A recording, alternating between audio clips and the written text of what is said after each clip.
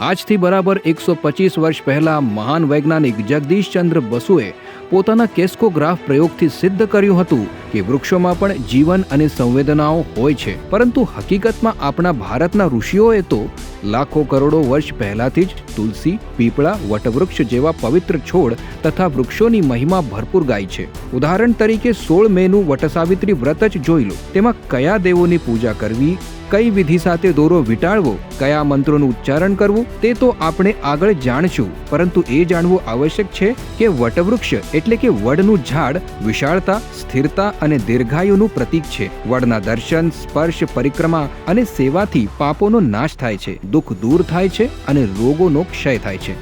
જે મહિલાએ પોતાના અખંડ સૌભાગ્ય અને પતિના લાંબા આયુષ્યની કામના કરે છે તેમને વટવૃક્ષની પૂજાથી એ જ સ્થિરતા અને શક્તિ પ્રાપ્ત થાય છે અને સાથે જ પ્રકૃતિ સંરક્ષણનો ભાવ પણ જાગે છે. આ જ પરંપરાને નિભાવતા આ દિવસે વિવાહિત મહિલાઓ વડની સમીપ ભગવાન બ્રહ્માજી, તેમની અર્ધાંગિની સાવિત્રી દેવી તથા સત્યવાન અને સતી સાવિત્રી સાથે યમરાજનું પૂજન કરી નમો વૈવસ્વતાય આ મંત્રનો જપ કરતા કરતા વડની પરિક્રમા કરે. આ સમયે વડને 108 વાર અથવા યથાશક્તિ સૂતનો દોરો વીંટાળો. પછી આ મંત્રથી માં સાવિત્રીને અર્ઘ્ય આપો.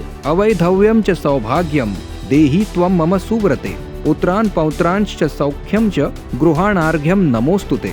જેનો અર્થ છે, હે સુવ્રતા દેવી સાવિત્રી, તમે મને અખંડ સૌભાગ્ય, અવૈધવ્ય એટલે કે પતિના લાંબા આયુષ્ય એટલે વિધવા ન થવાનું વરદાન, પુત્ર પૌત્રનું સુખ અને સાંસારિક સુખ સમૃદ્ધિ પ્રદાન કરો.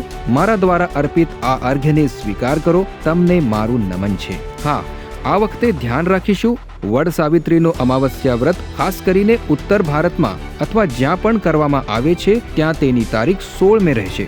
જ્યારે મહારાષ્ટ્ર, ગુજરાત જેવી જગ્યાઓ પર વટપૂર્ણિમાનું વ્રત કરવામાં આવશે અને આ વ્રત અધિક જ્યેષ્ઠ માસ હોવાના કારણે 29 જૂને કરવામાં આવશે.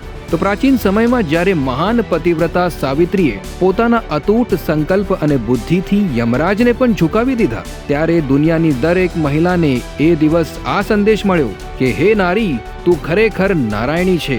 એવું શું છે જે તું પ્રાપ્ત નથી કરી શકતી? તો આ 16 મેના દિવસે માત્ર વ્રત જ ન રાખો, પોતાની અંદરની શક્તિને પણ જગાવો. વડ સાવિત્રીના દિવસે પોતાના સંકલ્પને એટલો દૃઢ બનાવો કે દરેક મુશ્કેલી તમારી સામે પોતે જ માર્ગ બનાવી દે. હરિઓમ.